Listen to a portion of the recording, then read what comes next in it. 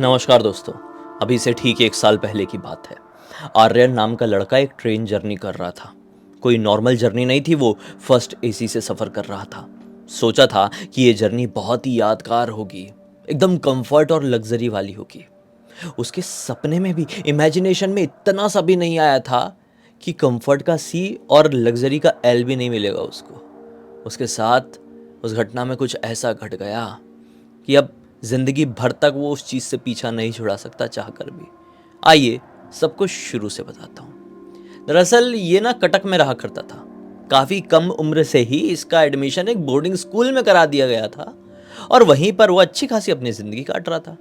जब कभी भी कोई छुट्टी उट्टी पड़ती थी कुछ दिन की, तो अपने घर आता था। उसका घर खड़गपुर में था। फेमस जगह, आप लोगों को पता ही होगा, वेस्ट बंगाल में। कुछ समय अपने घर वालों के साथ बिताता था और फिर बैक टू अपने हॉस्टल बोर्डिंग स्कूल। जब ये बहुत कम उम्र का था ना, तब तो इसके घर वाले इसको लेने आते जाते थे। लेकिन जब ये क्लास 10th में पहुंच गया था पिछले साल, तो इसकी 2-3 ट्रिप लग गई थी अपने घर को, और इसे घर वाले इसको लेने छोड़ने के लिए नहीं जा रहे थे। क्यों नहीं जा रहे थे? क्योंकि यही मना करता था। इसको अकेले घूमने में मज़ा आता था। अब वो एज ही ऐसी रहती है, हम चीज़, कोई भी चीज़ मतलब अपने दम पे करने लगे, अकेले करने लगे तो बहुत सेटिस्फेक्शन मिलता है। और इसको भी वही सेटिस्फेक्शन मिलता था। इसको लगता था कि मैं मैच्योर्ड हो गया हूँ, इतनी दूर से ट्रेन में अकेले सफ़र कर रहा हूँ। और घर वाले भी देख रहे थे कि लड़का समझदार है, ट्रैवल कर लेता है तो ठीक है। उसके पिताजी लोग भी, घर के जो भी सदस्य थे, अपने काम में थोड़े व्यस्त भी थे, तो ठीक है, वो आया गया था। दिवाली का महीना आता है, उसको छुट्टी मिलती है तकरीबन 7 दिन की। बहुत खुश था। टाइम पे अपने घर पहुंच जाता है, पूरे घर वालों के साथ अच्छी खासी अपनी ये दिवाली की छुट्टियां मनाता है, सेलिब्रेट करता है। फिर आखिरकार उसके लौटने का दिन आ जाता है। लौटने का दिन कोई नॉर्मल दिन नहीं था। उस दिन रात में अमावस्या, मतलब अमावस्या होने वाली थी, अमावस्या की रात पड़ने वाली थी वो। और रात में तकरीबन 11:30 बजे के आसपास उसकी ट्रेन थी। खड़गपुर से प्रॉपर से उसको ट्रेन नहीं मिली थी, रिजर्वेशन नहीं मिल पाया था। खड़गपुर के बाद अगला जो छोटा स्टेशन था, वहां से उसको ट्रेन मिलने वाली थी। चलो भाई, कोई बात नहीं, उसके पिताजी ने उसको खड़गपुर स्टेशन तक छोड़ दिए। ट्रेन उसकी हो गई लेट। 11:30 बजे की ट्रेन थी, लेकिन एक्चुअल में लेट हो गई, थोड़ा ही लेट हुई होगी। तो पिताजी ने बोले कि तो निकल जाएगा ना, अब तो ट्रेन का अनाउंस भी हो ही गया है, मुझे थोड़ा जाना पड़ेगा, ये काम है वो काम है करके। पिताजी को काम भी था, तो इसने बोला हाँ हाँ रे, ट्रेन आने वाली, अब क्यों टेंशन ले रहे हो, मैं निकल जाऊँगा, आप भी चले जाओ, काम निपटा लो अपना, नहीं तो फिर सुबह जल्दी भी उठना रहता है आपको। तो उसके पिताजी निकल गए। अब ये अकेला बैठा हुआ इंतज़ार कर रहा है ट्रेन के आने का। फिर से अनाउंस हुआ, मतलब ट्रेन अब लगभग 5-7 मिनट में आ ही जाएगी। उतने में ही ये एक छोटा रेलवे स्टेशन है, इसकी नज़र, ये लगभग आखिरी आखिरी में बैठा हुआ है पूरे प्लेटफॉर्म के। क्यों? क्योंकि फर्स्ट एसी का इसका रिजर्वेशन है, एकदम आखिरी आखिरी में बैठा हुआ है। और इस आखिरी आखिरी में एकदम कॉर्नर से इसको किसी की रोने की आवाज़ सुनाई दी। मतलब लिटरली दर्द के मारे कोई कराह रहा था। सोचा कौन है यार? एक बूढ़ी औरत पेट पकड़ के बैठी थी और रो रही थी, ज़मीन पे बैठी हुई थी। इसको लगा अरे बेचारी कौन है यार, दया आई इसको। लेकिन सोचो, आज हमारे पास इतना पैसा है, इतना लग्जरी है, हम फर्स्ट एसी में ऐसे ही सफ़र कर ले रहे हैं, और ये बेचारी के पास खाने को पैसे नहीं है। अगर मैं इसकी थोड़ी भी मदद नहीं कर पाया तो क्या मतलब का ऐसा कंफर्ट, ऐसे पैसे, ऐसी लग्जरी। उठ के जाता है औरत के पास। ये समझ गया था दूर से देख के, वो जिस प्रकार से अपना पेट पकड़ रही थी, पेट दबा रही थी, लग रहा था क्लियर क्लियर को कि वो अपना भूख मारने की, भूख दबाने की कोशिश कर रही है। इसके पास जाता है, बोलता है आंटी क्या हो गया, ठीक तो हो ना? तो बोलती नहीं ठीक नहीं हो। बोलता अरे बताओ तो क्या हो गया, कोई परेशानी है, तबीयत खराब है या भूख लगी है, क्या हुआ है?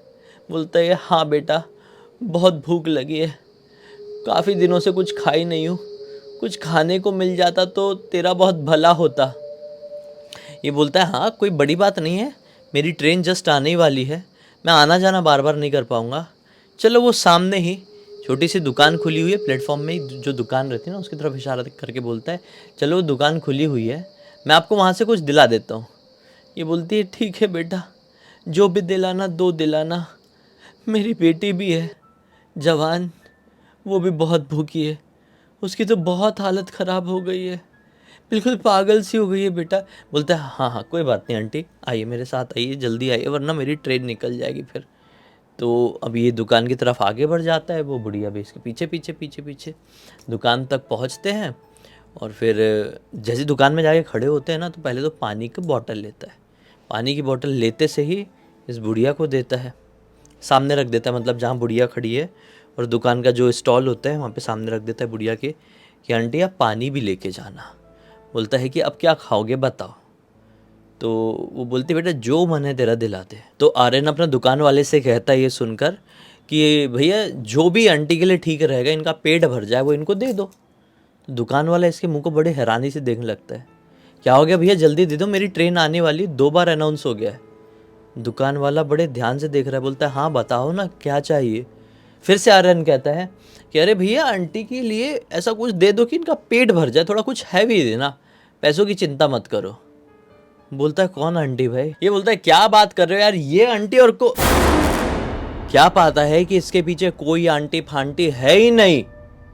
ये वहीं पर शॉक्ड रह जाता है, दूर दूर तक इसको कोई दिखाई नहीं दे रहा था। दुकान वाला फिर से बोलता है क्या हो गया, कौन आंटी की बात कर रहे हो? ये बोलता है अभी मेरे साथ एक बुढ़िया आई थी, आपके बिल्कुल सामने ही खड़ी थी, आपको दिखाई नहीं दी?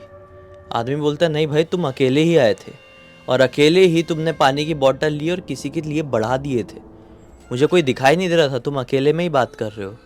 इतने में ट्रेन का हॉर्न बज गया। ये शॉक्ड है, बस ऐसा मुंह खोल के दुकान वाले की बातें ही सुन रहा है कि दुकान वाला क्या बोल रहा है, औरत आई थी मेरे साथ। इतने में फिर से ट्रेन इसको आती हुई समझ में आई।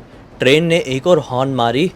उसने सोचा भाड़ में जाए दुनियादारी, दिमाग काम नहीं कर रहा है, ये चल क्या रहा है, मैं चढ़ जाता हूँ फटाफट। ट्रेन रुक गई थी इतनी देर में। ये जल्दी जल्दी जल्दी जल्दी अपने ट्रेन में चढ़ गया। सामान इसका ट्रॉली बैग था, ट्रॉली बैग लेके ही घूम रहा था, तो ट्रॉली बैग लेके चढ़ गया।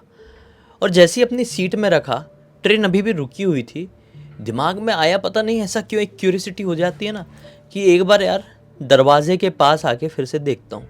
तो जब तक ही अपने कैबिन से बाहर निकला है, इसको कैबिन कैसा वाला मिला है जिसमें कोई नहीं है, मतलब कैबिन नहीं, कूप, सॉरी मैं कैबिन बोल रहा हूँ, मतलब फर्स्ट एसी में कमरे रहते हैं ना, तो एक कमरा जिसे हम कैबिन कहते हैं उसमें 4 बर्थ होती है, लोअर अपर। और जो कूप होता है उसमें सिर्फ 2 बर्थ होती है, ठीक है, 2 ही, एक कमरे में सिर्फ 2 सीट। तो इसको कूप मिला था और इसको लोअर वाली बर्थ मिली थी, ऊपर वाली बर्थ में कोई नहीं है।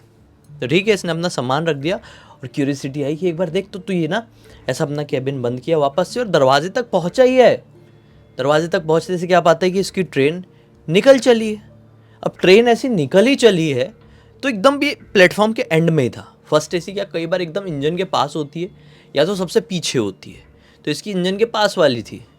तो अब ये जैसी दरवाजे तक पहुंचा है, ट्रेन निकल गई और जैसी ट्रेन निकली है, ये प्रॉपर ऐसे बाहर की तरफ अपना मुंह निकाला है देखने के लिए नज़ारा कि वो औरत कहाँ चली गई।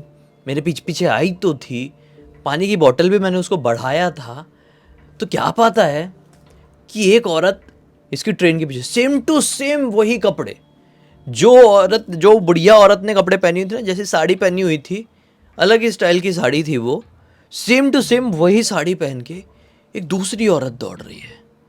बस फर्क इतना है, ये औरत दिखने में काफ़ी जवान है, वो भी काफ़ी परेशान लग रही है और इसी की तरफ देखते हुए दौड़ रही है। प्लेटफॉर्म से ट्रेन आगे निकल चुकी है और वो जो प्लेटफॉर्म से बाहर निकल जाता है, ऐसा पत्थर वाला रास्ता नहीं मिल जाता है क्या, पटरी के बाजू बाजू भी जो पत्थर बिछ रहे थे, उसमें बहुत तेज दौड़ रही है। तो ये समझ गया, हो सकता है वो बुढ़िया बोल रही थी कि मेरी एक जवान लड़की भी है, वो भी काफ़ी समय से भूखी है। तो इसको लगा कि बुढ़िया इधर उधर हो गई होगी, मैं ही ध्यान नहीं दे पाया, दुकान वाला कोई नशा वशे में होगा या मेरे साथ मस्ती कर रहा होगा, ये बेचारी गरीब मेरे पीछे इसलिए दौड़ रही है कि ये समझ गई थी कि मैं इनको कुछ खाने के लिए देना चाहता हूँ। बेचारी के पास एक काम करता हूँ, थोड़े पैसे चलती ट्रेन से फेंक देता हूँ, कितनी तेज दौड़ रही है। ये अपने पर्स में हाथ डाला, जल्दी से, ट्रेन अभी अच्छी खासी स्पीड पकड़ लिए और वो लिटरली जो औरत है, जवान औरत, वो ट्रेन की लगभग बराबरी से दौड़ रही है और इसके पीछे वाले डब्बे तक वो दौड़ते दौड़ते आ गई है। इसने पैसे निकाला, 100 रुपये, उसको थोड़ा सा ऐसा मोड़ा और फेंका औरत की तरफ, और लिटरली वो जो पैसे थे वो औरत के बिल्कुल सामने जाकर गिरे।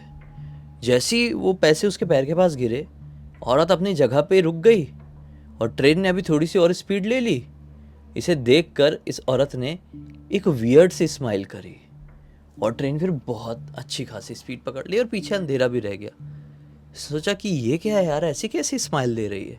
चलो ठीक है, खुश हो गई होगी, सबका हंसने का तरीका भी अलग होता है। मैं जाता हूँ, सो जाता हूँ, अभी बहुत थकान हो गई है, ट्रेन भी इतनी लेट आई है कि नींद भी बहुत आ रही है। चलो अच्छा हुआ बेचारे गरीब लोगों की मैंने मदद कर दिया, वो भी खा लेगी, अपनी माँ को भी खिला देगी। ऐसा सोचते हुए वो अपने कूप तक आया, दरवाज़ा खोला और अपना अंदर डायरेक्टली सोने के लिए चादर बिछा के लेट गया। 10-15 मिनट बाद इसको नींद भी आ गई। इसने दरवाज़ा अंदर से बंद करके रखा था। अंदर ना फर्स्ट एसी में लॉक करने का भी होता है। फर्स्ट एसी के अंदर, कैबिन के अंदर, कूप के अंदर जो कोई भी है, जब तक वो अपना लॉक पीछे से अंदर से नहीं खोलेगा तब तक कोई बाहर से इंसान अंदर एंटर कर ही नहीं सकता है। ये तो आपको बहुत अच्छे से पता होगा। तो प्रॉपर लॉक वॉक करके सो चुका है, क्योंकि इसको मालूम है अगला स्टेशन अब काफ़ी आगे आएगा और शायद ऊपर वाले बर्थ में कोई नहीं आने वाला है। और हो सकता है शायद इसने कंफर्म कर भी लिया होगा अटेंडेंट से। ये इतना इसने डीप में नहीं बताया, लेकिन हो सकता है अटेंडेंट से इसने कंफर्म कर लिया होगा कि यहाँ पे कोई आ रहा है कि नहीं आ रहा है। शायद किसी का रहा होगा खड़गपुर से ही चढ़ने का, वो नहीं चढ़ा होगा, तो ये कंफर्म था कि अब मैं बंद कर लेता हूँ। तो इसने बंद कर लिया था और मस्त से सो गया था। सोए हुए 15-20 मिनट नहीं हुए होंगे, इसको ऐसा फील होता है कि मेरे कूप के अंदर कोई आया है और ना ऐसा पैर घसीट घसीट के, ऐसा ऐसा पैर घसीट घसीट के चल रहा है। कि जैसी अपनी आंखें खोलता है, क्या पाता है, इसके जस्ट पैरों के पास वो औरत बैठी हुई। वही जवान औरत जो ट्रेन की बराबरी से दौड़ रही थी, वो इसके एकदम पैर के पास बैठी हुई है। तुरंत ही इसने लॉक देखा, मतलब जहाँ से लॉक करता होगा ना, लॉक किया होगा दरवाजे को, लॉक अंदर से बंद था। वो जो बंद रैप करने का रहता है ना दरवाजे को, वो लगा हुआ था। तो साला ये दरवाज़ा तो लगा हुआ है अंदर से, तो फिर ये कैसे आई। इसने वापस से उस औरत की तरफ देखा ना, तो सेम वही वाली स्माइल दे रही थी। जिस प्रकार से इसने चलती हुई ट्रेन से इस औरत की तरफ पैसे फेंका था और वो रुक गई थी और रुक कर जैसी स्माइल दी थी ना, बिल्कुल वैसे ही दे रही थी। ये थोड़ा घबरा गया कि ये चल क्या रहा है साला, ये अंदर आई तो आई कैसे। इतने में इसको फील होता है कि वो औरत धीरे धीरे धीरे धीरे इसकी तरफ ऐसे झुक रही है। ये घबरा जाता है और अपनी आंखें और बंद कर लेता है। देखो लाइट वाइट बंद है और जो ब्लू कलर की लाइट नहीं जल रही होती है ट्रेन के अंदर, वही वाली लाइट जल रही थी, ठीक है। अब ये उठ के मेन लाइट भी चालू नहीं कर सकता, इतना डर लग रहा है। तो बस ये आंख बंद कर लिया ज़ोर से और मन ही मन जय बजरंगबली जय बजरंगबली, जय श्री राम ऐसा रिपीट करने लगा। इसको क्लियर फील हुआ है कि कोई इसके एकदम पास में आ जाए। मतलब आप चाहे कितनी भी नींद में रहे, ये तो होश में था प्रॉपर, कोई नींद वींद में भी नहीं था, आपके एकदम कोई पास में ऐसा आ जाएगा ना, आपको पता चल जाएगा कोई तो भी आया है। वो एकदम इसके चेहरे के पास आई, वो